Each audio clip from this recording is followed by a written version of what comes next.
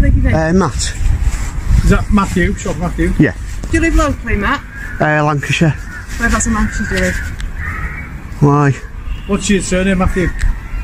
Why? Oh, this is a bit bizarre, this. No, it's not bizarre, Matthew. I want to know why you're looking at police vehicles, to be honest. I'm well, not happy because there's this much interest in the vehicle. It's just, I don't know, I've just explained what I'm doing. Right, just stand still, because you're being very edgy and I don't know why. You're making me edgy, there's 3 years here, because I've took a picture of the police van. I've asked you your name, right? You're also doing them, aren't you? So tell me your name, please. Do I have to? Yes. Why? Say? Why are you still videoing? Because I'm nervous. You don't need to be nervous. At the end of the day, you've got interest in the police vehicles, so that must mean you're also an interest in the police. So having no, not at all. Well, it's just looking at the vehicle. Well, that's all we're asking. You've done nothing wrong. Nothing to... The officer skipped calm judgment and jumped straight into grilling the man, demanding his name and reason for filming. Soon after, they admit he hasn't broken a single law. Recording in public, even near a police van, is perfectly legal, yet they act as if it's a threat. Their questions don't protect justice. They are just covering their own overreaction, telling him, "You've done nothing wrong," while still pressing for answers only exposes a double standard and lack of respect for basic rights. I've told you I'm just putting them on to upload to Flickr. Because it's not just a picture from afar. You spent specific time looking around the vehicle at the front and specifically in the cab of the vehicle, and that to me... I've only got a few pictures, I'm just getting the right ones, I'm not... Videos of the whole thing, I've been watching you, I've come downstairs. Yeah, it's just a video and there's YouTube as well. But why? Why not? There's no reason why not, is there? Why specific interest in that vehicle? It's not just that one, I just said I'm going to go and get the others, all the other marked vehicles and pictures and stuff. Okay, but to us, do you see why that might be of a concern? That someone's taking about vehicles and police transportation? I'll be honest with you, I'm concerned about your actions and your behaviour. Because you're very, like I say, you're very sort of defensive and very sort of... I've got 3 police people stood here. 1, 2, 3. That's why I'm nervous. Calling the auditor too defensive makes no sense when he's cornered by 3 officers for doing something completely legal. Anyone would feel pressure in that situation. His measured response isn't defensive, it's common sense. The officers created the tension, then blamed him for reacting to it. A textbook case of twisting the narrative. Rather than staying neutral, they escalated and used his reaction as justification. That's not professionalism. It's manipulative policing at its worst. Yeah. Just a conversation. Right, well, yeah, it's like I say, just pictures for Flickr. Right, so can you give the colleague the details then? So it takes you at the end of the day, doesn't it? Because if anything ever does come of it, or we've got any concerns, we can say... Nothing's going to come of it. I'm not doing that. I'm just taking some pictures. But you also need to understand that people don't always tell the police the truth. Yeah? Especially if they have something to hide or something they don't want to know about. So if that's not the case, then by all means help us to help you rectify that.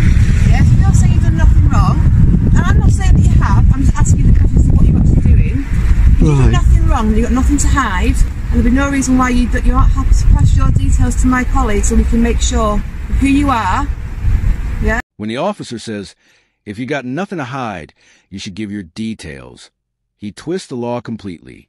In the UK, no one has a hand over personal information without reasonable suspicion. That line isn't logic. It's a guilt trip. Refusing to share isn't suspicious. It's a right. By framing it otherwise, the officer shows he either doesn't know the law or simply chooses to disregard it. Doesn't it? That's a rational request. That's not about being scared of police or anything like that. Yeah, but I know, but I just don't want my details putting in the system. It's not about this is us making a note so we know who you are. We need to know who people are on a daily basis, don't we? Yeah, but I don't want to be on the system though, as a... You're not going to go... Whatever. It's just a person. You take details every single day of the week. That's our job. Yeah, if they're like under suspicion of up to no good... It's not about that.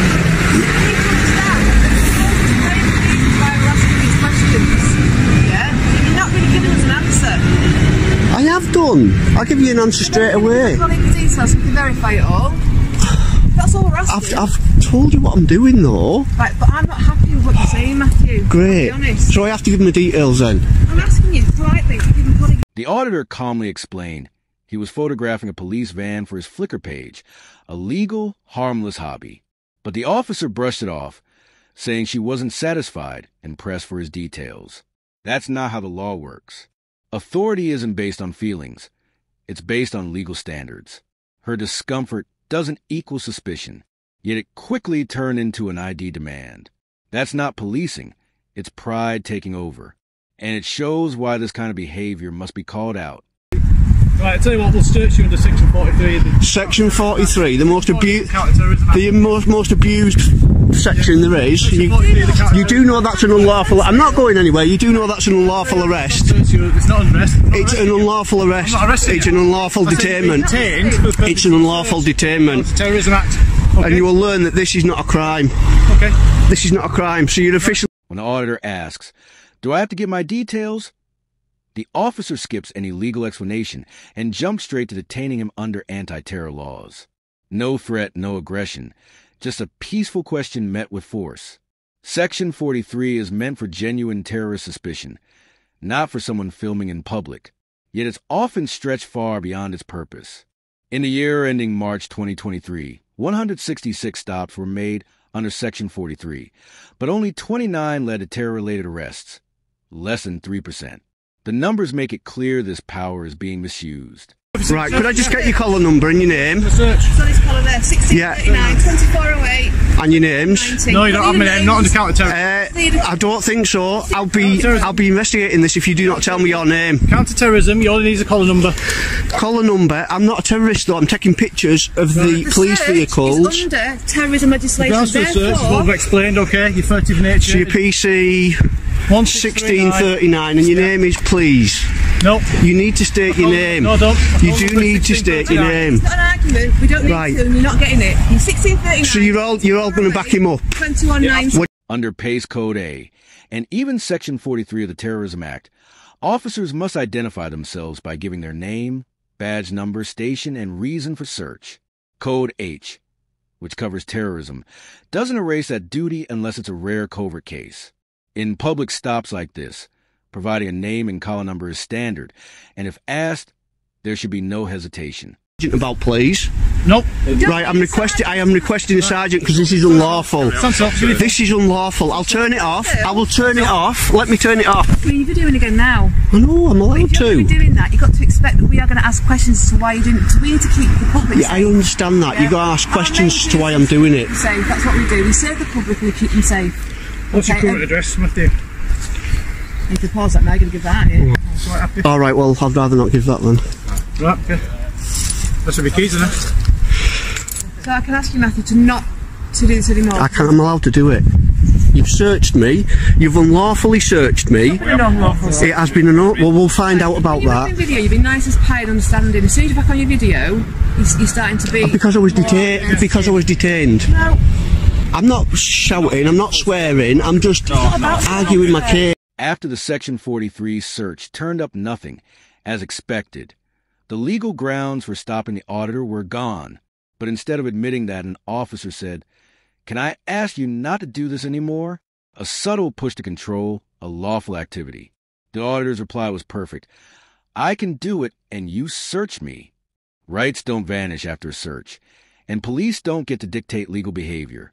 They had their chance, found nothing, and what should have followed was an apology, not a veiled warning. Say I'm being cheeky, but all I'm doing is arguing my case. I don't mean to come across as cheeky, but You're an edited view, aren't you? Because it's not. no, I will start it from the very start till when you arrested me or detained me. You're going to publicise Matthew. All I'm saying is the reason why we stopped him spoken today is an issue of public safety. So that's all you need. Right. to understand. Well, I will state. No, I will state it's unlawful, and I think you'll find out very soon that it was. All three of you have acted unlawful, and I'm going to continue to film all the vehicles. Am I allowed to do that, or is that against the law? Is it against the law to do that? No, it's not. As the officers finally walked away, their silence said everything. They had nothing. After detaining, questioning, and searching Matt, they came up empty. What began with a man simply photographing a policeman spiraled into an unnecessary confrontation and ended with a quiet retreat. Matt was doing something entirely lawful. Yet, 3 officers treated it like a threat. One demanded ID. Another probe his motives. And a third admitted he'd broken no laws, yet they still pushed. Refusing to give details isn't a crime. It's a right. But instead of respecting that, they stretched Section 43 of the Terrorism Act, a power meant for true threats, not photographers. Even after finding nothing, they tried to persuade him to stop filming, proving this was about control, not law. One officer dodged giving his name. Another leaned on the old, nothing to hide, excuse, both ignoring the standards they are bound to follow. In the end, Matt's calm and knowledge of his rights exposed their weakness. He walked away intact while their misuse of power was caught on camera. This wasn't a valid stop. It was a lesson in how unchecked authority can erode basic freedoms. Matt didn't just hold his ground. He set an example. Thanks for watching. If you found this breakdown useful, hit like, drop a comment, and subscribe. Matt's channel is linked below. This is Rate the Audit. See you in the next one.